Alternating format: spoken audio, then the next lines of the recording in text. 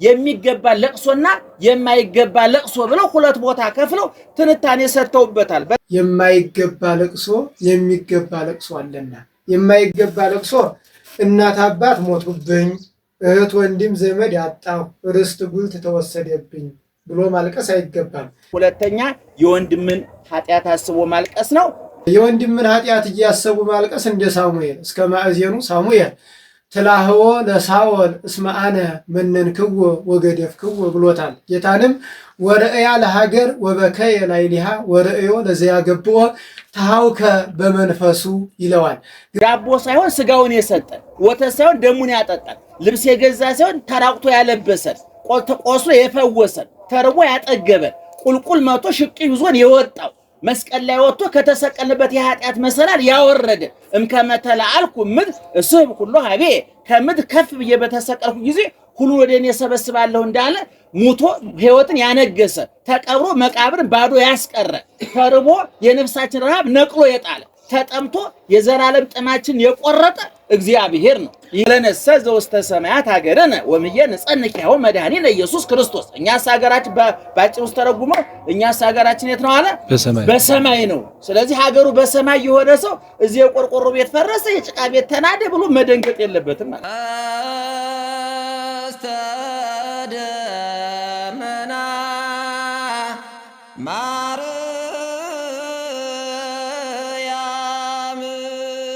ሐዘን ቦታ የሚሰጠው ትምህርት ሁለተኛ ትምህርት ነው። የመጀመሪያው አስተማሪ ሞት የሚባል መምህር አለ።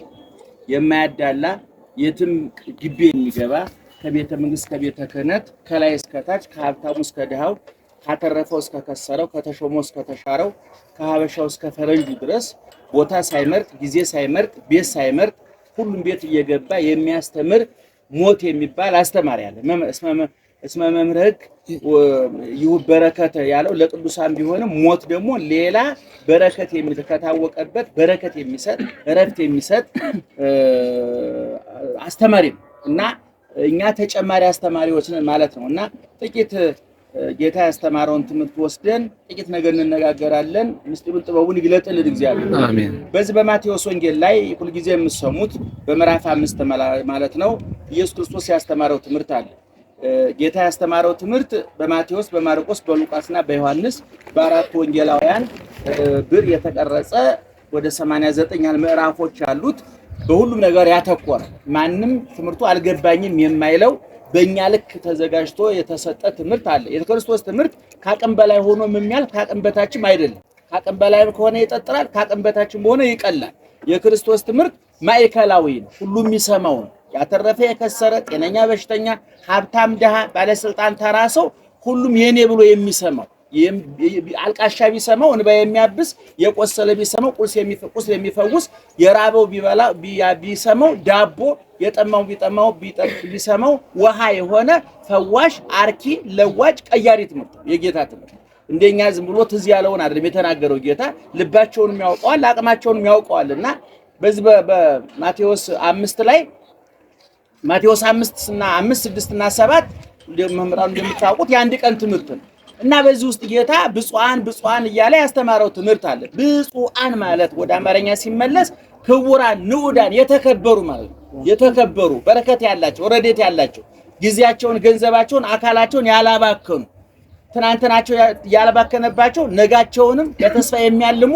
የዛሬውን በትጋት የሚፈጽሙ ጊዜ የገባቸው ሕይወት የገባቸው እግዚአብሔር ያደረገላቸው የገባቸው ብቻ ሳይሆኑ እነሱ ለእግዚአብሔር ማድረግ የሚገባቸውን ያወቁ የተሰጣቸውን ያወቁ መስጠት የሚገባቸውን ያወቁ ሰዎች ምን ይባላሉ? ብፁዓን ይባላሉ። በዚህ አንድ ላይ በሉ እስቲ ብፁዓን ይባላሉ። ንዑዳን ክቡራን የከበሩ ማለት ነውና ክርስቶስ ብፁዓን ካላቸው 9 ሰዎች መካከል ሁለተኛው ብፁዓን እለ ይላህው ይዜ እስመ እሙንቱ ይትፌስሑ የሚያለቅሱ ብፁዓን ናቸው ብሏል ጌታ። የሚያዝኑ ብፁዓን ናቸው ብሏል ጌታ። ይሄ ካለማዊ አስተሳሰብ ከፍልስፍናው ከሳይኮሎጂ የተለየ ነው። ካለማዊ አስተሳሰብ የተለየ ነው። ዓለም ብፁዕ የሚለው ዓለም ክቡር የሚለው ዓለም የሚያደንቀው የሚወደው ታውቁታላችሁ። የሞላለትን የሚስቀውን ነው ጥርሱን የሚያሳየውን እንጂ እንባውን የሚያፈሰውን ሰው የሚወደው ያተረፈን ሰው እንጂ የከሰረን የሚወደው በሽተኛን ጤነኛን እንጂ በሽተኛን የሚወደው ለተሾመ የምናሸረግደውን ያህል የተሻለውን ለማዋረድ በጣም ቅርቦች። አንድ ነጋዴ ሲከስር የመጀመሪያ ነቃፊዎች ቤተሰቦቹ ናቸው። ሲያበላቸው ሲያጠጣቸው የነበሩ ሰዎች ናቸውና ጌታ የሚያለቅሱ የሚያዙ ምንድናቸው አለ? ብፁዓን ናቸው አለ። ምን ማለት ነው ማልቀስ ማለት? ምን ማለት ነው? የሚያለቅሱ ብፁዓን የተባሉት ምን አይነት ለቅሶ ሲያለቅሱ ነው? ምን አይነት ሐዘን ሲያዝኑ ነው የሚለውን የሊቃውንተ ቤተክርስቲያን መምህራን ከኛ ቀድሞ የነበሩት ተርጉመውታል። የሚገባ ሐዘንና የማይገባ ሐዘን፣ የሚገባ ለቅሶና የማይገባ ለቅሶ ብለው ሁለት ቦታ ከፍለው ትንታኔ ሰጥተውበታል። በረከታቸው ይድረሰን የመምህራኑ እና በትንታኔያቸው መሰረት የማይገባ ለቅሶ ምንድነው? በመጀመሪያ ደረጃ ሰው ሲሞትበት አንድ ሰው ማልቀስ አለበት። ይሄን ማወቅ አለባችሁ። ማልቀስ እንባው ማፍሰስ አለበት። እንደውም የኛ መምህራን እኮ ያሉት 3 ጊዜ መለቀስ አለበት ብለዋል አይደለ? መጀመሪያ ነፍሱ ከቤቷ ከስጋ ስትለይ፣ ሁለተኛ ስጋ ካደረበት ከኖረበት ከዚህ ግቢ አሁን የአባታችን አስከሬን ከዚህ ግቢ ሲወጣ ይለቀሳል። ነፍሳቸው ከስጋ ስትለይ ይለቀሳል።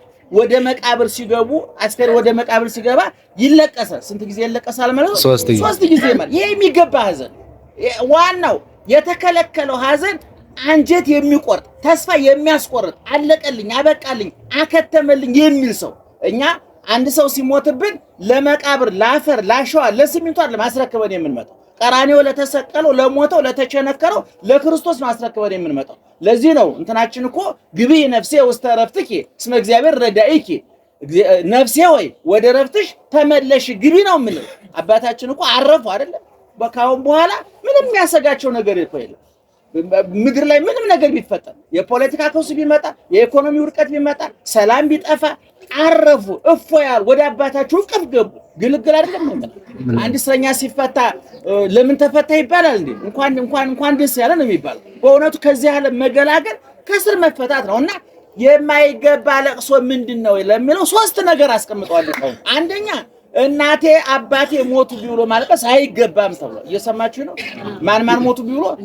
አባቴ እናቴ ሞቱ ቢብሎ ማልቀስ አይገባም። ማልቀስ አይገባም ገብቷል። ማልቀስ እንደሚገባ ተነጋግረናል። የተከለከለው ምርር ያለ ለቅሶ፣ ተስፋ የሚያስቆርጥ ለቅሶ፣ የክርስቶስን ትንሣኤ ያላሰበ፣ ሙተን መነሳታት ያላሰበ ያላስተዋለ ለቅሶ። ዮሐንስ አፈወርቅ እንደውም ወናው በእንቲአክሙ አፍር፣ በእናንተ የተነሳ እኔ አፈርኩኛል። ትንሣኤ ዘሙታንን ትንሣኤ ዘጉባኤን እያሰባችሁ እንደዚህ ምርር ብላችሁ ስታለቅሱ፣ ጸጉራችሁን ስትላጩ፣ ፊታችሁን ስትነጩ፣ እንባችሁ ያለ ገደብ ሲፈስና ተስፋ ስትቆጥሩ ከእናንተ ሃይማኖቶች ባሉት አፈርኩ ነው የሚለው ዮሐንስ አፈወርቅ። እና እናት አባት የሞቱ ቢሉ ማልቀስ አይገባም። ለምን?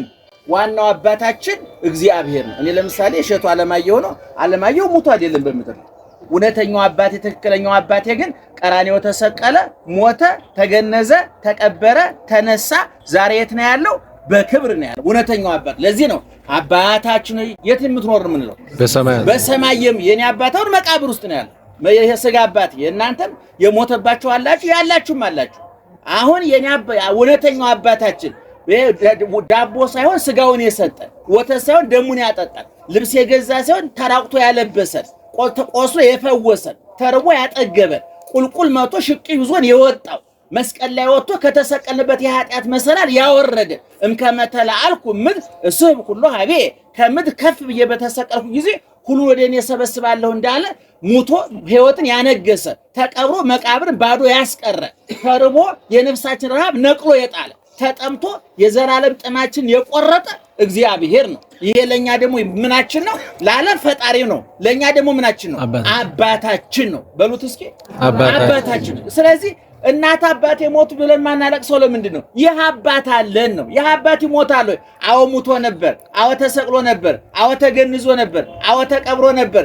ግን ተነስቷል። ተነስቶ ብቻ አልቀረም፣ አርጓል። አርጎ ብቻ አልቀረም፣ ዳግመኛ መልሶ ምን ያደርጋል?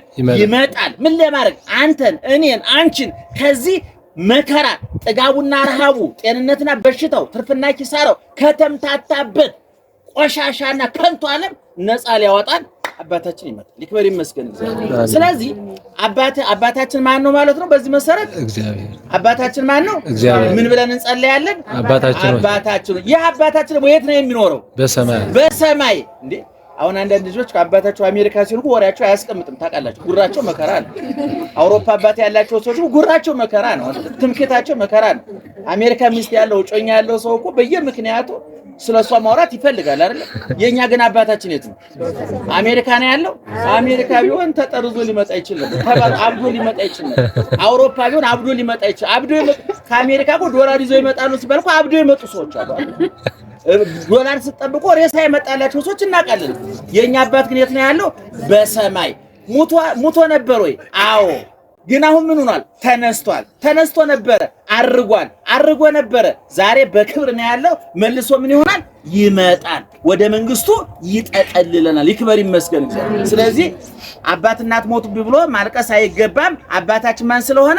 እግዚአብሔር። አንተ አቡነ ወአንተ ምን፣ አንተ አባታችን፣ አንተ እናታችን፣ እንደ አባት የምትደግፈን፣ እንደ እናት የምትራራልን አንተ አባታችን ስለሆን እናቴ አባቴ ሞቱ ብሎ ማልቀስ አይገባም። ሁለተኛ ወንድምህት ሞቱ ብሎ ማልቀስ አይገባም ብለዋል። በዚሁ ደግሞ እንደ ወንድም እንደ ደግሞ እነማን ናቸው? ቅዱሳን መላእክት ናቸው። እኔ እናንተ እኛ ዘበኛ አይደለም ያለን፣ የተቀለበ ውሻ አይደለም ያለን፣ የኤሌክትሪክ አጥር አይደለም ያለን። የኛ ጠባቂ የማያንቀላፉ፣ የማያርፉ፣ የማይራቡ፣ የማይጠሙ፣ የማያገቡ፣ የማይጋቡ፣ ቀንና ሌሊት ክረምትና በጋ የማይፈራረቅባቸው፣ ጤንነትና በሽታ፣ ትርፍና ኪሳራ፣ ሹመትና ሽረት የማያውቁ ቅዱሳን መላእክት አሉ። እነዚህ ለኛ ወንድሞቻችን ናቸው። እንዲያውም በዚህ በመጽሐፈ መነኮሳት ላይ ከመአስተሃምሞተ አሃው አብያ ከመዘለን ኡሳን፣ ታላቅ ወንድም ታናሽ ወንድሙን እንደሚንከባከበው ሁሉ ሊቁ ሲናገር መላእክትኛን ምን ያደርጉናል? ይንከባከቡናል። እንዴት ደስ ይላል መሰላችሁ። ስለዚህ ወንድሞቻችን እነማን ናቸው? እነ ገብርኤል እነ ሚካኤል። ስለዚህ ወልደ ሚካኤል ሞተ ብሎ ማልቀስ አይገባም። ሚካኤል ስላለ ማለት ነው። በሌላ ቋንቋ ወልደ ገብርኤል ሞተ ብሎ ማልቀስ አይገባም። መደበኛው ሚካኤልኛ ነው። ገብረ ማርያም ቢሞት ማርያም ከኛ ጋር ናት። እየሰማችሁ ነው። ስለዚህ ወንድሜ እህቴ ሞተ ብሎ ማልቀስ አይገባም። ሶስተኛ ርስቴ ጉልቴ ቤቴ ሄደብኝ ፈረሰብኝ ብሎ ማልቀስ አይገባም። ለምን? እኛ ሐዋርያው ቅዱስ ጳውሎስ ወለነሰ ዘውስተ ሰማያት ሀገርነ ወምየ ንጸንኪያው መድኃኒነ ኢየሱስ ክርስቶስ። እኛስ ሀገራችን ባጭሩ ተረጉመው እኛስ ሀገራችን የት ነው አለ? በሰማይ ነው። ስለዚህ ሀገሩ በሰማይ የሆነ ሰው እዚህ የቆርቆሮ ቤት ፈረሰ የጭቃ ቤት ተናደ ብሎ መደንገጥ የለበትም ማለት ነው። ያኛው ቤት ባሻዋ በሲሚንቶ በፌሮ በቆርቆሮ የተሰራ አይደል። ያኛው ቤት በመስቀል የታነጸ ነው። በቁስል በችንካር በክርስቶስ ደም የተገነባ ቤት ነው ያለን። የሚፈርስ ክረምት የሚያፈርሰው ቤት አይደለም። ለልማት የሚፈርስ ቤት አይደለም። ያ ዘላለማዊ ቤት ነው። ክርስቶስ የገነባው ቤት ነው። ያነጸው ቤት ነው። ለዚህ ነው በዮሐንስ 14 ላይ ምን አለ? እሄዳለሁ በመሄደ ደስ ይበላችሁ ሂጄ አዘጋጅላችኋለሁ ምዕራፈ ወመካነ ወመሄደረ ሂጄ ካዘጋጀሁላችሁ በኋላ እመጽእ ካዕበ ወነሣእክሙ መልሼ መጥቼ ምን አደርጋችኋለሁ? እወስዳችኋለሁ አለ። ወዴት? ወደዛ ቤት። ስለዚህ ርስታችን የት ነው? መንግስተ ሰማያት። ሐዋርያ ቅዱስ ጳውሎስ እንዳለው ሀገራችን የት ነው? በሰማይ። አባታችን ማን ነው? እግዚአብሔር። የት ነው የሚኖረው? በሰማይ። ሀገራችን በሰማይ ነው። አባታችን እግዚአብሔር ነው፣ የሚኖረው በሰማይ ነው። ስለዚህ እኛ አንድ ልጅ አባቱ ሰማያዊ ከሆነ ልጁ አባቱ ኢትዮጵያዊ ነው እንበል፣ ልጁም እንደው ዜግነቱ ኢትዮጵያዊ፣ አሜሪካዊ ከሆነ አሜሪካዊ፣ ሳውዲ አረቢያዊ ከሆነ ሳውዲ አረቢያዊ። እኛ ግን አባታችን ምናዊ ነው? ሰማያዊ። ስለዚህ እናንተ ምንድናችሁ ማለት ነው? ሰማያዊ ያንን ማለት ነው። እንደ ቀላል ሰዎች እንዳልመስላችሁ። ምናልባት ኑሮ ደቁሶን መልካችን ጠቁሮ ሰውነታችን ገርጥቶ ሊሆን ይችላል። በረንዳ ዳር ሊሆን እንችላለን። ድሆች ሊሆን እንችላለን። በሽተኞች ሊሆን እንችላለን። ማቀን ተሰቃይተን እምንኖር ሊሆን ይችላል። ነገር ግን መርሳት የሌለባችሁ ምዕመናን አባታችን ሰማያዊ ነው። እኛ ምንድነው ማለት ነው? ሰማያውያን ነን። አባታችን ብርሃን ነው፣ እኛ ብርሃናውያን ነን። አባታችን ሕይወት ነው፣ እኛ የሕይወት ልጆች ነን። አባታችን ዘላለማዊ ነው፣ እኛ ዘላለማውያን ነን። ይሄን ማመን አለብን። ይሄን የማያምን ክርስቲያን እውነቱ ቢበላ ቢጠጣ ይደልብ እንደው እንጂ ሊረካ ሊደሰታች ማመን አለበት። አባታችን ማን ነው? እግዚአብሔር። ሀገራችን የት ነው? በሰማይ። ስለዚህ እናት አባት ሞቱ ብሎ ማልቀስ አይገባም። ወንድምት ሞተ ብሎ ማልቀስ አይገባም። ቤት የፈረሰ ንብረት መሬት የተወሰደ ብሎ ማልቀስ አይገባም። የሚገባው ለቅሶስ ልጨርስ ነው። መምህራን ደህና መሻችሁ? እየሰማችሁ ነው? በጣም ይቅርታ ልጨርስ ነው እንዳይሰለቻችሁ። አሁን የነገርኳችሁ የሚገባውን ለቅሶ ነው የማይገባውን የማይገባው አቤት የማይገባው ነው አይደል? የሚገባ ለቅሶ ሲባል የሚገባ ለቅሶ የራስን ኃጢአት አስቦ ማልቀስ፣ የራስን ኃጢአት አስቦ ማልቀስ። አዳም ከገነት ከተባረረ በኋላ እግዚአብሔር መጥቶ ከልጅ ልጅ ተወልጄ አድንሃለሁ ብሎ ቃል የገባለት ሳቁን አይቶ አይደለም፣ እንባውን አይቶ ነው፣ ለቅሶውን አይቶ ዋልቦቱ ለአዳም ካለ ህሊና ዘንበለ በካይ ላይለ ኃጢአቱ አዳም ከገነት ከተባረረ በኋላ መብሉ መጠጡ በገነት የነበረው ተድላ ደስታ አይደለም ትዝ ያለው፣ እግዚአብሔርን አሳዘንኩት አዳም እግዚአብሔርን ያህል ጌታ ገነትን ያህል ቦታ አጥቼ እያለ አለቀሰ። ስለዚህ ምእመናን ማልቀስ አለብን። ብዙ ሰው እኮ ያለቅሳል አይደል? እንሰማለን። እኛ ብዙ ስለምናስተም ብዙ ሰው እናውቃለን። አንዳንዱ እኮ ያለ ምክንያት የሚያለቅስ እኮ አለ አይደል? ምን ሆንክ ቢባል ምክንያት የሌለው። አንዳንዱ አፈቀርኩ ብሎም እኮ የሚያለቅስ አለ ጅላጅል አይደል? እሱ አፍቅሮ እዚህ ያለቅሳል። የተፈቀረው ሰው የሆነ ቦታ ጥብስ እየበላ እኮ ነው። በጣም ያሳዝናል እኮ የሚገርማችሁ። ኃጢአትን አስቦ ማልቀስ ግን የነፍስ ሻወር ይባላል። ኃጢአታችን አስበን ከዓይናችን ልባሰው ሲወጣ ነፍሳችን ትታጠባለች። ልክ አንድ ሰው ፀሐይ ላይ ቆይቶ ደክሞት መጥቶ ሻወር ሲታጠብ የሚሰማው ስሜት አለ አይደል? ኃጢአት ሰርተን ስናለቅስ ነፍሳችን የዛ አይነት ነፃነት ይሰማል፣ እረፍት ይሰማል። ስለዚህ የሚገባ ለቅሶ ምንን አስቦ ማልቀስ ነው? ኃጢአትን አስቦ ማልቀስ። ሁለተኛ የወንድምን ኃጢአት አስቦ ማልቀስ ነው። ለወንድም ማዘን፣ ለወንድም ለጎረቤት፣ ለጓደኛ ሰው ለመርዳት። በእውነት እኛ ክፉዎች ነን። ሰው ለመርዳት አንጣጣር። ሰው ሲከስር የኛ ያተረፈ ይመስለናል። እንዲያውም አንድ ጅል ነጋዴ ጓደኛው ሲከስር አይ የሱ ደንበኞች በቃ እኔ ጋር ይመጣሉ ብሎ ነው የሚያስበው ጅሉ። በማግስቱ እንደሚከስር አያውቀው። ጎረቤት እሳት ሲነሳ ውሃ ይዘህ የምትሮጠው ለጎረቤት ስለምታስብ አይደለም። እሳት ወዴት ሊቀጥል ይችላል? ወደ አንተ ሊቀጥል ይችላል። ስለዚህ አንዳችን ለሌላችን ማሰብ አለብን፣ በረከት መሆን አለብን። ሶስተኛ የሰማዕታትን መከራ የነ ቅዱስ ጊዮርጊስን መከራ አስቦ ማልቀስ ነው።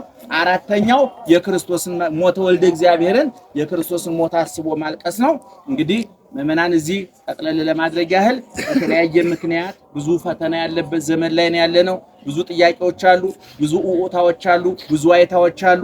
በየቤቱ በየጓዳው በየቢሮ በየስራ ቦታው በእውነቱ በሱፍ የተሸፈነ በልብስ የተሸፈነ ወደ ውስጥ የሚያነባ ብዙ ብሶተኛ ህዝብ አለ።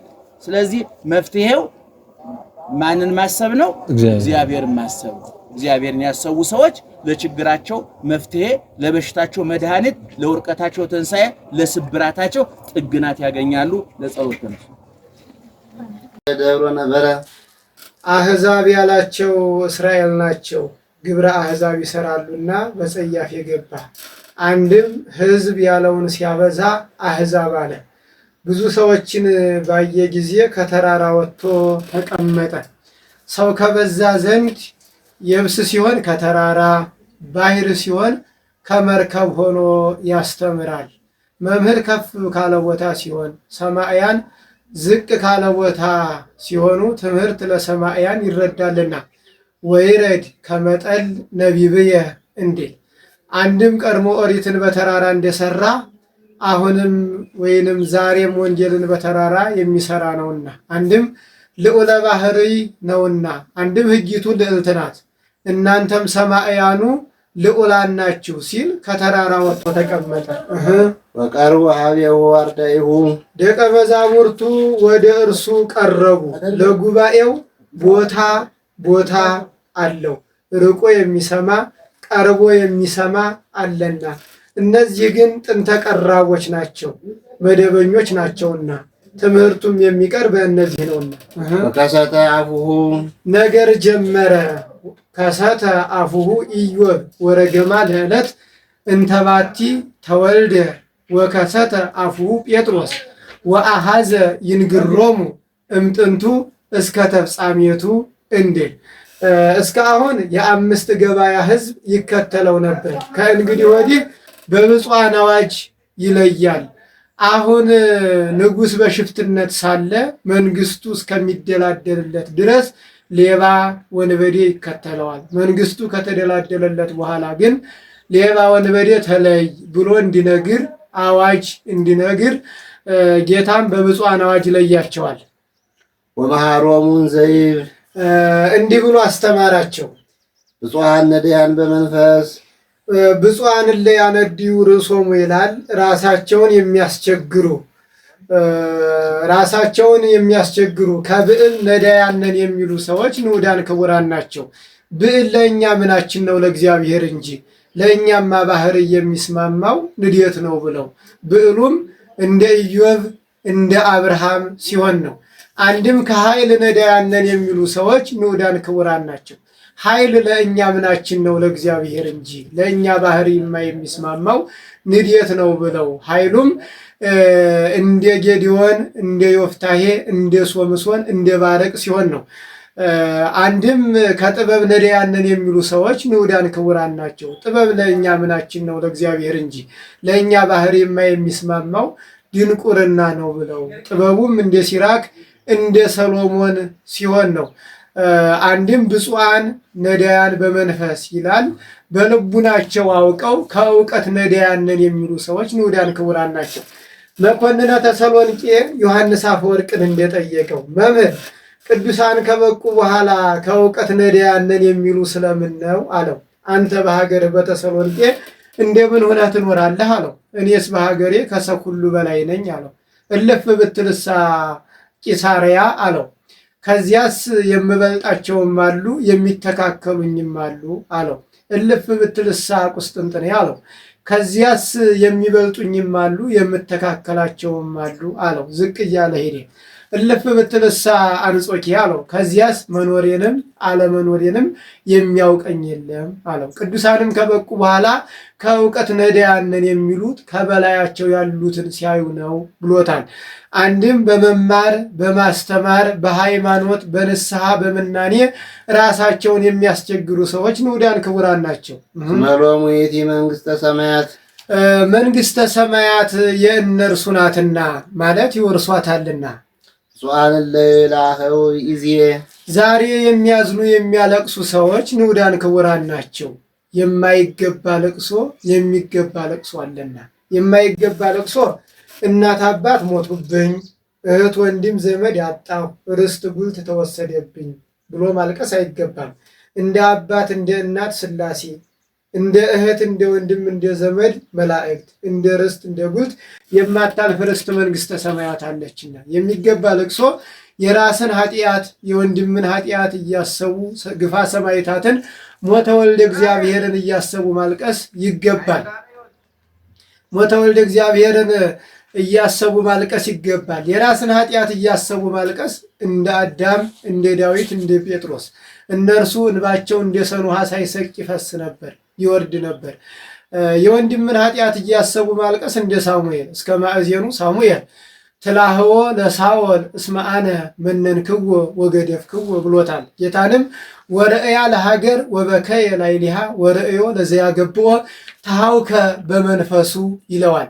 ግፋ ሰማዕታትን እያሰቡ ማልቀስ እንደ ደጋጉ አይሁድ ወለ እስጢፋኖስሰ ነስእዎ እደው ጻርቃን ወቀበርዎ ወለሃውዎ አብየ ላሃ እንዲል ደጋጉ አይሁድ አልቅሰውለታል። ሞተ ወልደ እግዚአብሔርን እያሰቡ ማልቀስ እንደ ዮሐንስ ወልደ ነጎድጓድ እርሱ እንባው አልቆ ደሙ አልቆ እዝሁ አልቆ ይውስ እስከሚሆን ድረስ አልቅሷል። 70 ዘመን ቁጹረ ገጽ ሆኖ ኑሯል። አንድም እለ ያላኸው ይላል።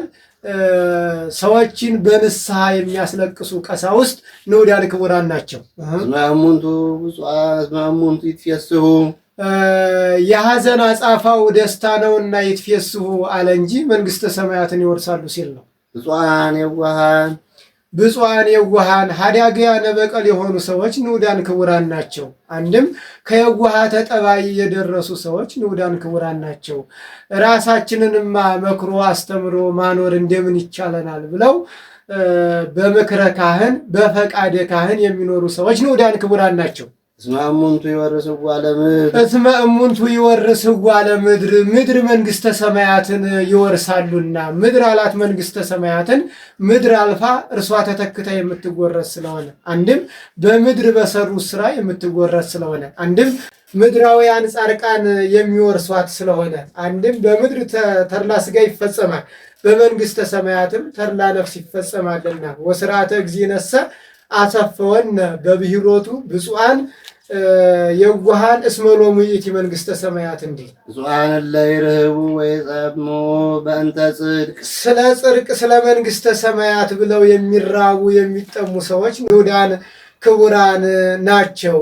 ነውን ጨርሰን በልተን መንግስተ ሰማያትን በምን እንዋጃታለን ብለው እየከፈሉ እየሰጡ የሚራቡ ሰዎች ንዑዳን ክቡራን ናቸው። አንድም ያገኘነውንማ ጨርሰን በልተን መንግስተ ሰማያትን በምን እንዋጃታለን፣ ሰውነታችንን ከኃጢአት ወስኖ ገቶ ማኖር እንደምን ይቻለናል ብለው እየከፈሉ እየተው የሚራቡ ሰዎች ንዑዳን ክቡራን ናቸው።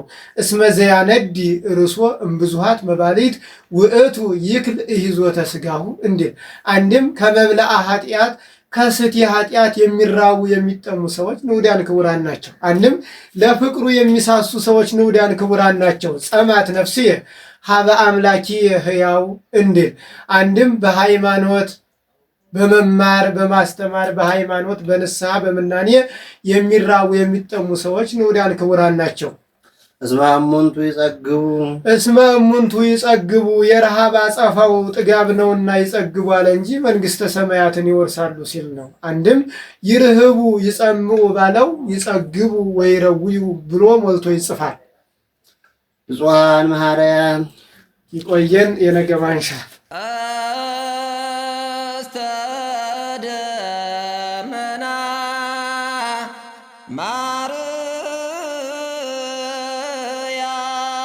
በስመ አብ ወወልድ ወመንፈስ ቅዱስ አሐዱ አምላክ አሜን። ክቡራን መምህራን፣ የእግዚአብሔር ቤተሰቦች፣ ምዕመናን እንዴት ዋላችሁ? እንዴት ዋላችሁ? በየጊዜው በየቦታው በየምክንያቱ የሚመክረን የሚያስተምረን ፈጥሮ የሚመግበን እየመገበ የሚያኖረን አኑሮም ለመንግስተ ሰማያት ለገነት ያዘጋጀን የአባቶቻችን አምላክ ልዑለ ባሕርይ እግዚአብሔር እስከዛሬ ስላደረገልን በጎ ነገርና ወደፊትም ሊያደርግልን ስላዘጋጀው መልካም ነገር ሁሉ ክብርና ምስጋና ይግባው። ክብርና ምስጋና ይግባው። እንግዲህ ለ10 እና ለ12 ደቂቃ ያህል ጥቂት ነገር እንነግራችኋለን። ምስጢሩን ጥበቡን ይግለጥልን እግዚአብሔር። እንግዲህ በእንዲህ አይነት በሐዘን ቦታ የሚሰጠው ትምህርት ሁለተኛ ትምህርት ነው። የመጀመሪያው አስተማሪ ሞት የሚባል መምህር አለ። የማያዳላ የትም ግቢ የሚገባ ከቤተ መንግስት ከቤተ ክህነት ከላይ እስከ ታች ከሀብታሙ እስከ ድሃው ካተረፈው እስከ ከሰረው ከተሾመው እስከ ተሻረው ከሀበሻው እስከ ፈረንጁ ድረስ ቦታ ሳይመርጥ ጊዜ ሳይመርጥ ቤት ሳይመርጥ ሁሉም ቤት እየገባ የሚያስተምር ሞት የሚባል አስተማሪ አለ። እስመ መምህር ሕግ ይሁብ በረከተ ያለው ለቅዱሳን ቢሆንም ሞት ደግሞ ሌላ በረከት ከታወቀበት በረከት የሚሰጥ እረፍት የሚሰጥ አስተማሪ ነው እና እኛ ተጨማሪ አስተማሪዎች ነን ማለት ነው እና ጥቂት ጌታ ያስተማረውን ትምህርት ወስደን ጥቂት ነገር እንነጋገራለን። ምስጢሩን ጥበቡን ይግለጥልን እግዚአብሔር። አሜን። በዚህ በማቴዎስ ወንጌል ላይ ሁልጊዜ የምትሰሙት በምዕራፍ 5 ማለት ነው ኢየሱስ ክርስቶስ ያስተማረው ትምህርት አለ። ጌታ ያስተማረው ትምህርት በማቴዎስ፣ በማርቆስ፣ በሉቃስና በዮሐንስ በአራቱ ወንጌላውያን ብር የተቀረጸ ወደ 89 ምዕራፎች አሉት። በሁሉም ነገር ያተኮረ ማንም ትምህርቱ አልገባኝም የማይለው በእኛ ልክ ተዘጋጅቶ የተሰጠ ትምህርት አለ። የክርስቶስ ትምህርት ከአቅም በላይ ሆኖ የሚያልፍ ከአቅም በታችም አይደለም። ከአቅም በላይ ከሆነ ይጠጥራል፣ ከአቅም በታችም ሆነ ይቀላል። የክርስቶስ ትምህርት ማዕከላዊ ነው። ሁሉም የሚሰማው ነው። ያተረፈ የከሰረ፣ ጤነኛ በሽተኛ፣ ሀብታም ድሃ፣ ባለስልጣን ተራ ሰው ሁሉም የኔ ብሎ የሚሰማው አልቃሻ ቢሰማው እንባ የሚያብስ የቆሰለ ቢሰማው ቁስል የሚፈውስ የራበው ቢሰማው ዳቦ የጠማው ቢሰማው ውሃ የሆነ ፈዋሽ አርኪ ለዋጭ ቀያሪ ትምህርት የጌታ ትምህርት። እንደኛ ዝም ብሎ ትዝ ያለውን አይደለም የተናገረው ጌታ። ልባቸውንም ያውቀዋል አቅማቸውንም ያውቀዋልና በዚህ በማቴዎስ 5 ላይ ማቴዎስ 5 እና 5 6 እና 7 መምህራን እንደምታውቁት የአንድ ቀን ትምህርት ነው እና በዚህ ውስጥ ጌታ ብፁዓን እያለ ያስተማረው ትምህርት አለ። ብፁዓን ማለት ወደ አማርኛ ሲመለስ ክቡራን፣ ንዑዳን፣ የተከበሩ ማለት ነው። የተከበሩ በረከት ያላቸው ረድኤት ያላቸው ጊዜያቸውን፣ ገንዘባቸውን፣ አካላቸውን ያላባከኑ ትናንትናቸው ያላባከነባቸው ነጋቸውንም በተስፋ የሚያልሙ የዛሬውን በትጋት የሚፈጽሙ ጊዜ የገባቸው ሕይወት የገባቸው እግዚአብሔር ያደረገላቸው የገባቸው ብቻ ሳይሆኑ እነሱ ለእግዚአብሔር ማድረግ የሚገባቸውን ያወቁ የተሰጣቸውን ያወቁ መስጠት የሚገባቸውን ያወቁ ሰዎች ምን ይባላሉ? ብፁዓን ይባላሉ። በሁለት አንድ ላይ በሉ እስቲ ብፁዓን ይባላሉ። ንዑዳን ክቡራን የከበሩ ማለት ነውና ክርስቶስ ብፁዓን ካላቸው 9 ሰዎች መካከል ሁለተኛው ብፁዓን እለ ይላህው ይእዜ እስመ እሙንቱ ይትፌስሑ የሚያለቅሱ ብፁዓን ናቸው ብሏል ጌታ። የሚያዝኑ ብፁዓን ናቸው ብሏል ጌታ። ይሄ ከዓለማዊ አስተሳሰብ ከፍልስፍናው ከሳይኮሎጂ የተለየ ከዓለማዊ አስተሳሰብ የተለየ ዓለም ብፁዕ የሚለው ዓለም ክቡር የሚለው ዓለም የሚያደንቀው የሚወደው ታውቁታላችሁ። የሞላለትን የሚስቀውን ነው ጥርሱን የሚያሳየውን እንጂ እንባውን የሚያፈሰውን ሰው የሚወደው ያተረፈን ሰው እንጂ የከሰረን የሚወደው በሽተኛን ጤነኛን እንጂ በሽተኛን የሚወደው ለተሾመ የምናሸረግደውን ያህል የተሻለውን ለማዋረድ በጣም ቅርቦች። አንድ ነጋዴ ሲከስር የመጀመሪያ ነቃፊዎቹ ቤተሰቦቹ ናቸው። ሲያበላቸው ሲያጠጣቸው የነበሩ ሰዎች ናቸውና ጌታ የሚያለቅሱ የሚያዙ ምንድናቸው አለ? ብፁዓን ናቸው አለ። ምን ማለት ነው ማልቀስ ማለት? ምን ማለት ነው? የሚያለቅሱ ብፁዓን የተባሉት ምን አይነት ለቅሶ ሲያለቅሱ ነው? ምን አይነት ሐዘን ሲያዝኑ ነው የሚለውን የሊቃውንተ ቤተክርስቲያን መምህራን ከኛ ቀድሞ የነበሩት ተርጉመውታል። የሚገባ ሐዘንና የማይገባ ሐዘን የሚገባ ለቅሶና የማይገባ ለቅሶ ብለው ሁለት ቦታ ከፍለው ትንታኔ ሰጥተውበታል። በረከታቸው ይድረሰን የመምህራኑ እና በትንታኔያቸው መሰረት የማይገባ ለቅሶ ምንድነው? በመጀመሪያ ደረጃ ሰው ሲሞትበት አንድ ሰው ማልቀስ አለበት። ይሄን ማወቅ አለባችሁ። ማልቀስ እንደው ማፍሰስ አለበት። እንደውም የኛ መምህራን እኮ ያሉት 3 ጊዜ መለቀስ አለበት ብለዋል አይደል? መጀመሪያ ነፍሱ ከቤቷ ከስጋ ስትለይ፣ ሁለተኛ ስጋ ካደረበት ከኖረበት ከዚህ ግቢ አሁን የአባታችን አስከሬ ከዚህ ግቢ ሲወጣ ይለቀሳል። ነፍሳቸው ከስጋ ስትለይ ይለቀሳል። ወደ መቃብር ሲገቡ አስከሬ ወደ መቃብር ሲገባ ይለቀሳል። ስንት ጊዜ ይለቀሳል ማለት ነው? 3 ጊዜ ማለት። ይሄ የሚገባ ሐዘን ዋናው የተከለከለው ሐዘን አንጀት የሚቆርጥ ተስፋ የሚያስቆርጥ አለቀልኝ አበቃልኝ አከተመልኝ የሚል ሰው እኛ አንድ ሰው ሲሞትብን ለመቃብር ለአፈር ላሸዋ ለሲሚንቶ ለማስረከበን የምንመጣው ቀራኔው ለተሰቀለው ለሞተው ለተቸነከረው ለክርስቶስ ማስረከበን የምንመጣው። ለዚህ ነው እንትናችን እኮ ግቢ ነፍሴ ውስተ ረፍትኪ እስመ እግዚአብሔር ረዳኢኪ፣ ነፍሴ ሆይ ወደ ረፍትሽ ተመለሽ ግቢ ነው ምን። አባታችን እኮ አረፉ አይደለ? በካሁን በኋላ ምንም የሚያሰጋቸው ነገር የለም። ምድር ላይ ምንም ነገር ቢፈጠር የፖለቲካ ቀውስ ቢመጣ የኢኮኖሚ ውድቀት ቢመጣ ሰላም ቢጠፋ አረፉ እፎያል ወደ አባታቸው እቅፍ ገቡ። ግልግል አይደለም ነው። አንድ እስረኛ ሲፈታ ለምን ተፈታ ይባላል እንዴ? እንኳን ደስ ያለ ነው የሚባለው። በእውነቱ ከዚህ ያለ መገላገል ከስር መፈታት ነውና የማይገባ ለቅሶ ምንድነው ለሚለው 3 ነገር አስቀምጠዋል። አንደኛ እናቴ አባቴ ሞቱ ቢብሎ ማልቀስ አይገባም ተብሎ እየሰማችሁ ነው። ማን ሞቱ ቢብሎ አባቴ እናቴ ሞቱ ቢብሎ ማልቀስ አይገባም። ማልቀስ አይገባም ገብቷል። ማልቀስ እንደሚገባ ተነጋግረናል። የተከለከለው ምርር ያለ ለቅሶ፣ ተስፋ የሚያስቆርጥ ለቅሶ፣ የክርስቶስን ትንሣኤ ያላሰበ ሙተን መነሳታት ያላሰበ ያላስተዋለ ለቅሶ። ዮሐንስ አፈወርቅ እንደውም ወናው በእንቲአክሙ አፍር፣ በእናንተ የተነሳ እኔ አፈርኩኛል። ትንሣኤ ዘሙታንን ትንሣኤ ዘጉባኤን እያሰባችሁ እንደዚህ ምርር ብላችሁ ስታለቅሱ፣ ጸጉራችሁን ስትላጩ፣ ፊታችሁን ስትነጩ፣ እንባችሁ ያለ ገደብ ሲፈስና ተስፋ ስትቆጥሩ ከእናንተ ሃይማኖቶች ባሉት አፈርኩ ነው የሚለው ዮሐንስ አፈወርቅ። እና እናት አባት የሞቱ ቢሉ ማልቀስ አይገባም። ለምን? ዋናው አባታችን እግዚአብሔር ነው። እኔ ለምሳሌ እሸቱ አለማየሁ ነው። አለማየሁ ሞቱ አይደለም በምድር። እውነተኛው አባቴ ትክክለኛው አባቴ ግን ቀራኔው ተሰቀለ፣ ሞተ፣ ተገነዘ፣ ተቀበረ፣ ተነሳ፣ ዛሬ የት ነው ያለው? በክብር ነው ያለው እውነተኛው አባት። ለዚህ ነው አባታችን የት የምትኖር ነው የምንለው? በሰማይ የኔ አባታውን መቃብር ውስጥ ነው ያለው። የሥጋ አባት የእናንተም የሞተባችሁ አላችሁ ያላችሁም አላችሁ።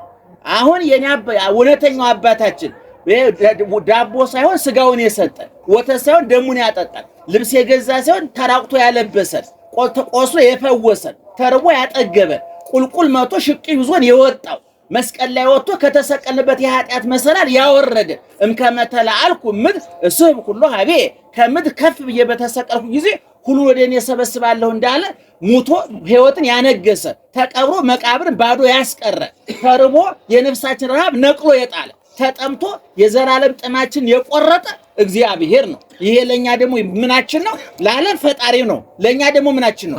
አባታችን ነው። በሉት እስኪ አባታችን። ስለዚህ እናት አባቴ ሞቱ ብለን ማናለቅሰው ለምንድን ነው? ይህ አባት አለን ነው። ይህ አባት ይሞታል ወይ? አዎ ሙቶ ነበር። አዎ ተሰቅሎ ነበር። አዎ ተገንዞ ነበር። አዎ ተቀብሮ ነበር። ግን ተነስቷል። ተነስቶ ብቻ አልቀረም፣ አርጓል። አርጎ ብቻ አልቀረም፣ ዳግመኛ መልሶ ምን ያደርጋል? ይመጣል። ምን ለማድረግ? አንተን፣ እኔን፣ አንቺን ከዚህ መከራ ጥጋቡና ረሃቡ ጤንነትና በሽታው ትርፍና ኪሳራው ከተምታታበት ቆሻሻና ከንቱ ዓለም ነፃ ሊያወጣን አባታችን ይመጣል። ይክበር ይመስገን እግዚአብሔር። ስለዚህ አባታችን ማን ነው ማለት ነው? በዚህ መሰረት እግዚአብሔር አባታችን ማን ነው? ምን ብለን እንጸልያለን? አባታችን ይህ አባታችን የት ነው የሚኖረው? በሰማይ እንዴ አሁን አንዳንድ ልጆች ከአባታቸው አሜሪካ ሲልኩ ወሬያቸው አያስቀምጥም ታውቃላችሁ። ጉራቸው መከራ ነው። አውሮፓ አባት ያላቸው ሰዎች ጉራቸው መከራ ነው። ትምክህታቸው መከራ ነው። አሜሪካ ሚስት ያለው ጮኛ ያለው ሰው እኮ በየምክንያቱ ስለሷ ማውራት ይፈልጋል አይደል?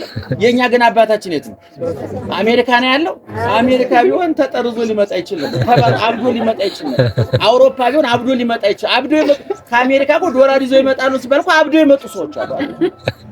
ዶላር ሲጠብቁ ሬሳ ይመጣላቸው ሰዎች እናውቃለን። የኛ አባት ግን የት ነው ያለው? በሰማይ። ሙቶ ነበር ወይ? አዎ። ግን አሁን ምን ሆኗል? ተነስቷል። ተነስቶ ነበረ፣ አርጓል። አርጎ ነበረ፣ ዛሬ በክብር ነው ያለው። መልሶ ምን ይሆናል? ይመጣል። ወደ መንግስቱ ይጠቀልለናል። ይክበር ይመስገን እግዚአብሔር። ስለዚህ አባት እናት ሞቱብኝ ብሎ ማልቀስ አይገባም። አባታችን ማን ስለሆነ? እግዚአብሔር። አንተ አቡነ ወአንተ ምን፣ አንተ አባታችን፣ አንተ እናታችን፣ እንደ አባት የምትደግፈን እንደ እናት የምትራራልን አንተ አባታችን ስለሆን እናቴ አባቴ ሞቱ ብሎ ማልቀስ አይገባም። ሁለተኛ ወንድምህት ሞቱ ብሎ ማልቀስ አይገባም ብለዋል። በዚሁ ደግሞ እንደ ወንድም እንደ ደግሞ እነማን ናቸው? ቅዱሳን መላእክት ናቸው። እኔ እናንተ እኛ ዘበኛ አይደለም ያለን፣ የተቀለበ ውሻ አይደለም ያለን፣ የኤሌክትሪክ አጥር አይደለም ያለን። የኛ ጠባቂ የማያንቀላፉ የማያርፉ የማይራቡ የማይጠሙ የማያገቡ የማይጋቡ ቀንና ሌሊት ክረምትና በጋ የማይፈራረቅባቸው ጤንነትና በሽታ ትርፍና ኪሳራ ሹመትና ሽረት የማያውቁ ቅዱሳን መላእክት አሉ። እነዚህ ለኛ ወንድሞቻችን ናቸው። እንደውም በዚህ በመጽሐፈ መነኮሳት ላይ ከመአስተሃምሞተ አሃው አብያ ከመዘለን ኡሳን ታላቅ ወንድም ታናሽ ወንድሙን እንደሚንከባከበው ሁሉ ሊቁ ሲናገር መላእክትኛን ምን ያደርጉናል? ይንከባከቡናል። እንዴት ደስ ይላል መሰላችሁ። ስለዚህ ወንድሞቻችን እነማን ናቸው? እነ ገብርኤል እነ ሚካኤል። ስለዚህ ወልደ ሚካኤል ሞተ ብሎ ማልቀስ አይገባም። ሚካኤል ስላለ ማለት ነው። በሌላ ቋንቋ ወልደ ገብርኤል ሞተ ብሎ ማልቀስ አይገባም። መደበኛው ሚካኤልኛ ነው። ገብረ ማርያም ቢሞት ማርያም ከኛ ጋር ናት።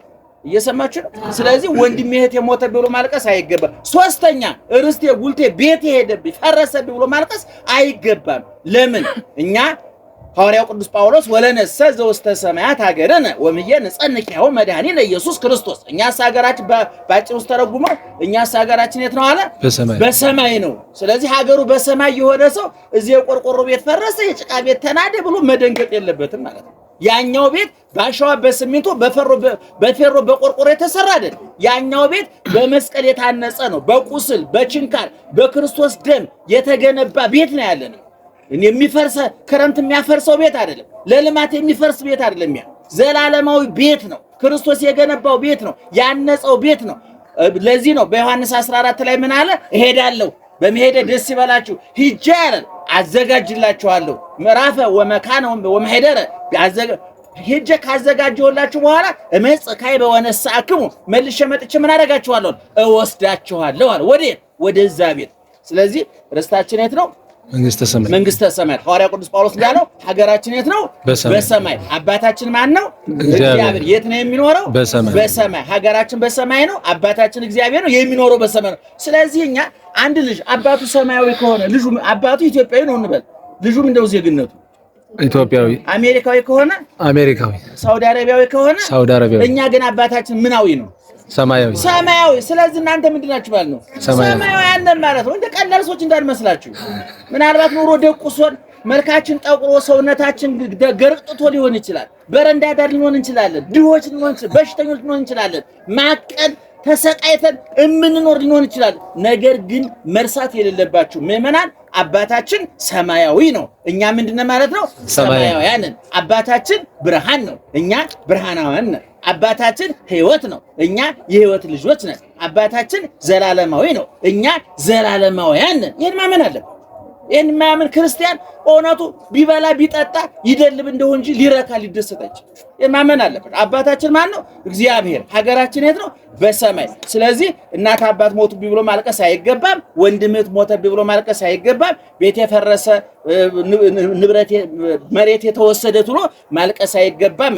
የሚገባው ለቅሶስ ልጨርስ ነው። መምህራን ደህና መሻችሁ እየሰማችሁ ነው? በጣም ይቅርታ ልጨርስ ነው ያይሰለቻችሁ።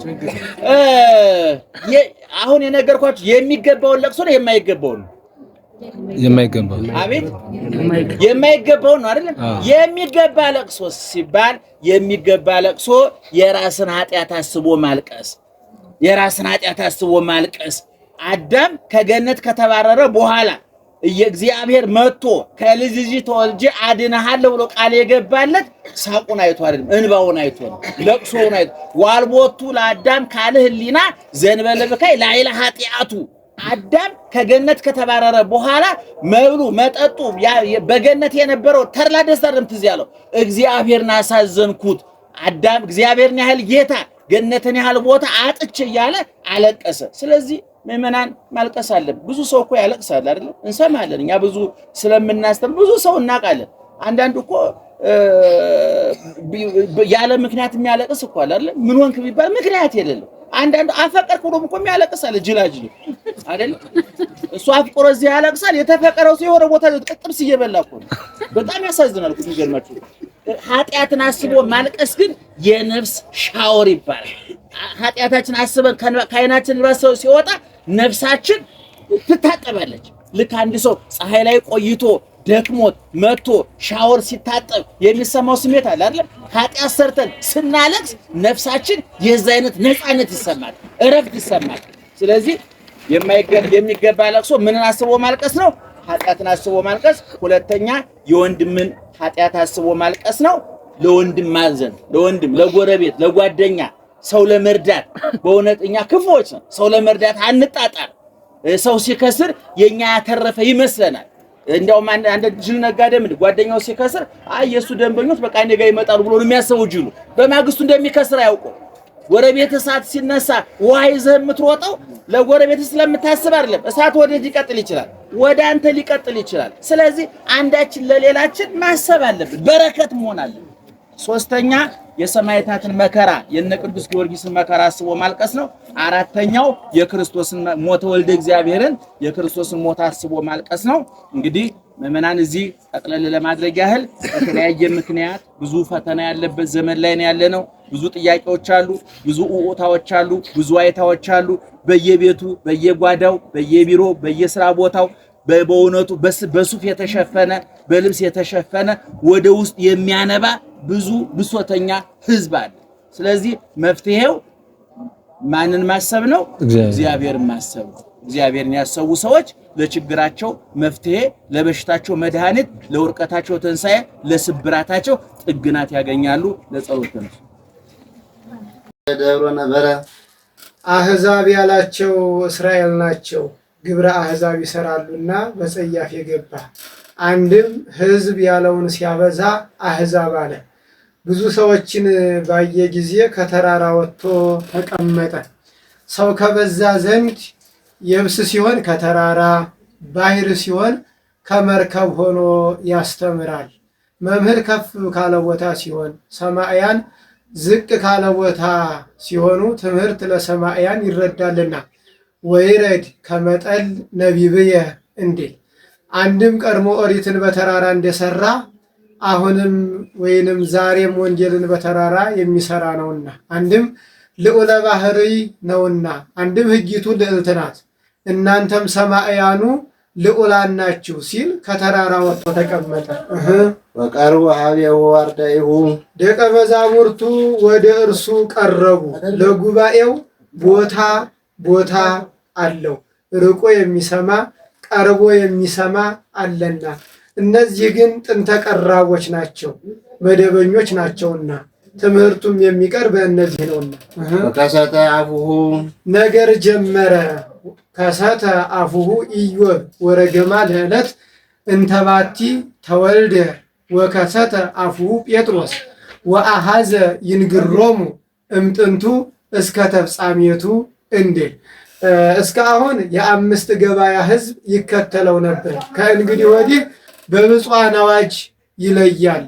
አሁን ንጉሥ በሽፍትነት ሳለ መንግስቱ እስከሚደላደልለት ድረስ ሌባ ወንበዴ ይከተለዋል። መንግስቱ ከተደላደለለት በኋላ ግን ሌባ ወንበዴ ተለይ ብሎ እንዲነግር አዋጅ እንዲነግር ጌታም በብፁዓን አዋጅ ለያቸዋል። ወመሃሮሙን ዘይብ እንዲህ ብሎ አስተማራቸው። ብፁዓን ነዳያን በመንፈስ ብፁዓን እለ ያነድዩ ርእሶሙ ይላል። ራሳቸውን የሚያስቸግሩ ከብዕል ነዳያንን የሚሉ ሰዎች ንዑዳን ክቡራን ናቸው። ብዕል ለእኛ ምናችን ነው ለእግዚአብሔር እንጂ ለእኛማ ባህር የሚስማማው ንዴት ነው ብለው ብዕሉም እንደ ኢዮብ እንደ አብርሃም ሲሆን ነው። አንድም ከኃይል ነዳያንን የሚሉ ሰዎች ንዑዳን ክቡራን ናቸው።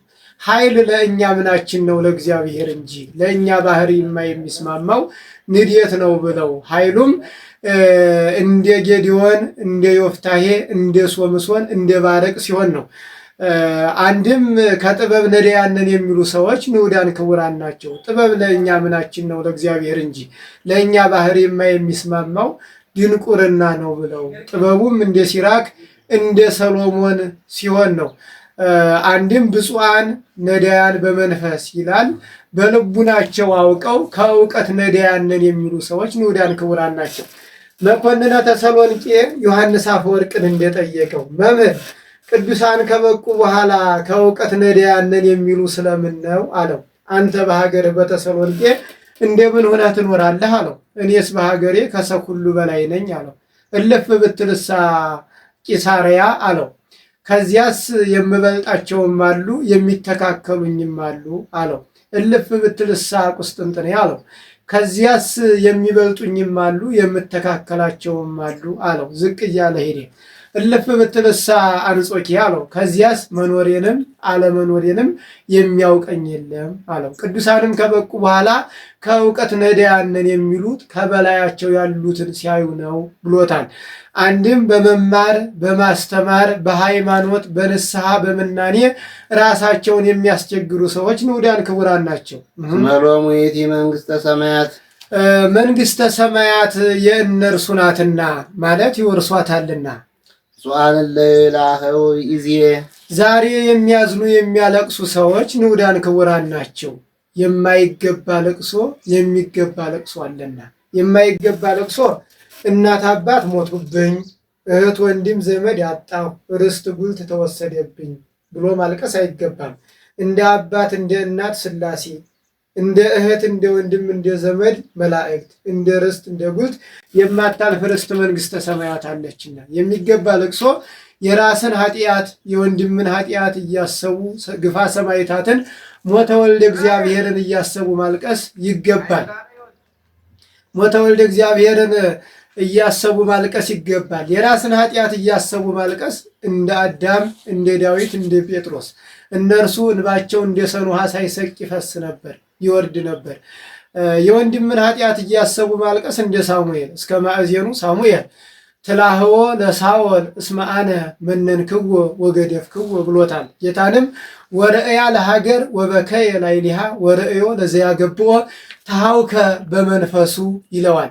ግፋ ሰማዕታትን እያሰቡ ማልቀስ እንደ ደጋጉ አይሁድ ወለእስጢፋኖስሰ ነስእዎ እደው ጻርቃን ወቀበርዎ ወለሃውዎ አብየ ላሃ እንዲል ደጋጉ አይሁድ አልቅሰውለታል። ሞተ ወልደ እግዚአብሔርን እያሰቡ ማልቀስ እንደ ዮሐንስ ወልደ ነጎድጓድ እርሱ እንባው አልቆ ደሙ አልቆ እዝሁ አልቆ ይውስ እስከሚሆን ድረስ አልቅሷል። 70 ዘመን ቁጹረ ገጽ ሆኖ ኑሯል። አንድም እለ ያላህው ይላል። ሰዎችን በንስሐ የሚያስለቅሱ ቀሳውስት ንዑዳን ክቡራን ናቸው። እስመ እሙንቱ ብፁዓን እስመ እሙንቱ ይትፌስሑ የሐዘን አጻፋው ደስታ ነውና ይትፌስሑ አለ እንጂ መንግሥተ ሰማያትን ይወርሳሉ ሲል ነው። ብፁዓን የዋሃን ብፁዓን የዋሃን ሀዳግያነ በቀል የሆኑ ሰዎች ንዑዳን ክቡራን ናቸው።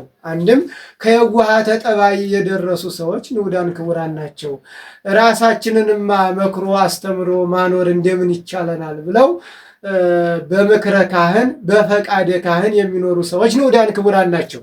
እስመ እሙንቱ ይወርስዋ ለምድር እስመ እሙንቱ ይወርስዋ ለምድር ምድር መንግሥተ ሰማያትን ይወርሳሉና ምድር አላት መንግሥተ ሰማያትን ምድር አልፋ እርሷ ተተክታ የምትጎረስ ስለሆነ አንድም በምድር በሰሩት ስራ የምትጎረስ ስለሆነ አንድም ምድራውያን ጻድቃን የሚወርሷት ስለሆነ አንድም በምድር ተድላ ሥጋ ይፈጸማል በመንግሥተ ሰማያትም ተድላ ነፍስ ይፈጸማልና ወስርዓተ እግዚእነሰ አሰፈወነ በብሂሎቱ ብፁዓን የዋሃን እስመ ሎሙ ይእቲ መንግሥተ ሰማያት እንዲል ብፁዓን ለይርህቡ ወይጸሙ በእንተ ጽድቅ ስለ ጽድቅ ስለ መንግሥተ ሰማያት ብለው የሚራቡ የሚጠሙ ሰዎች ንዑዳን ክቡራን ናቸው።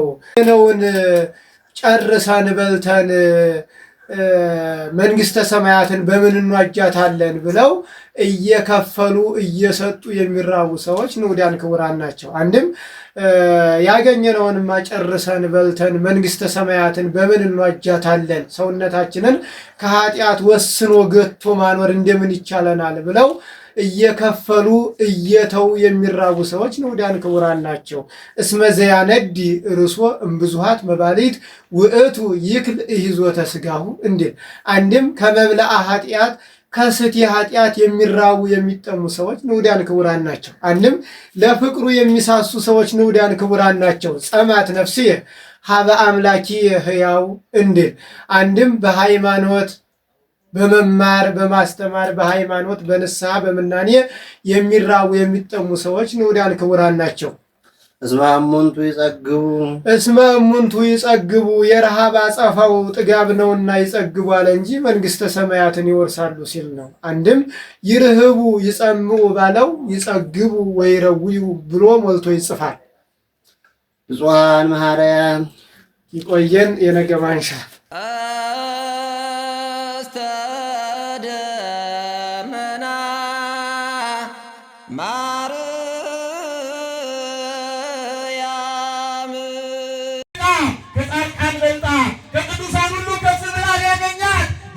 ሥጋዋን ሊዋሃድ ወደደ።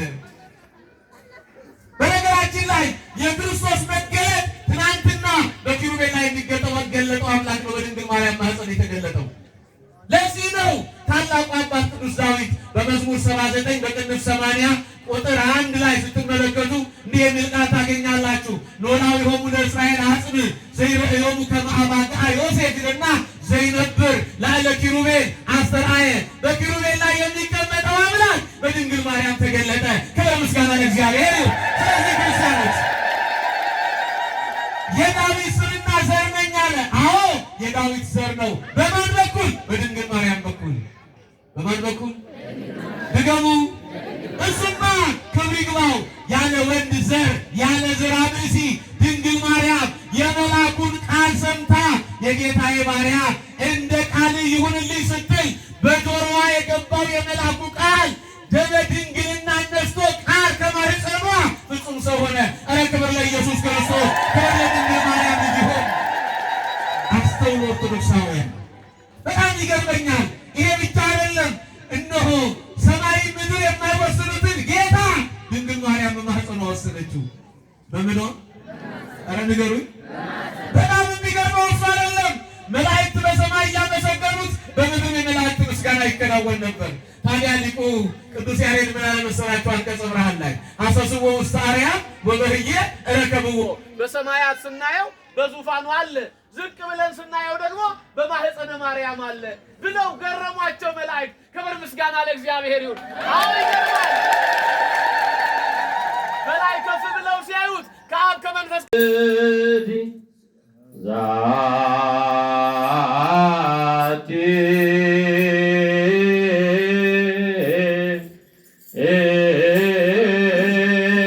እንተ ፓስተር ምረወቅ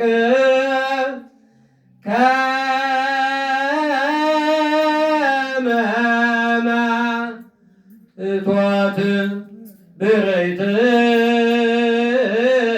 ጋመፃ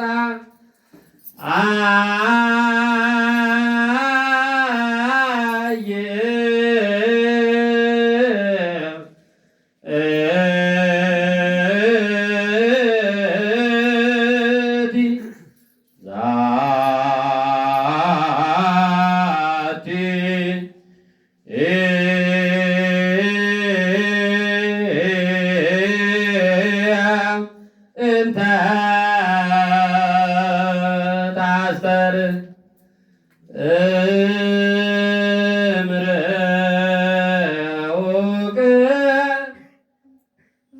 ከመ ማዕጦት ብርይት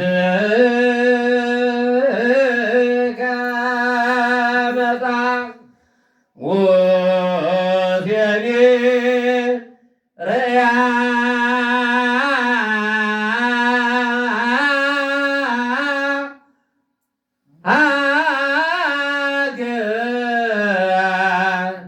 ቅድስት ደብረ ጽዮን እድራኔ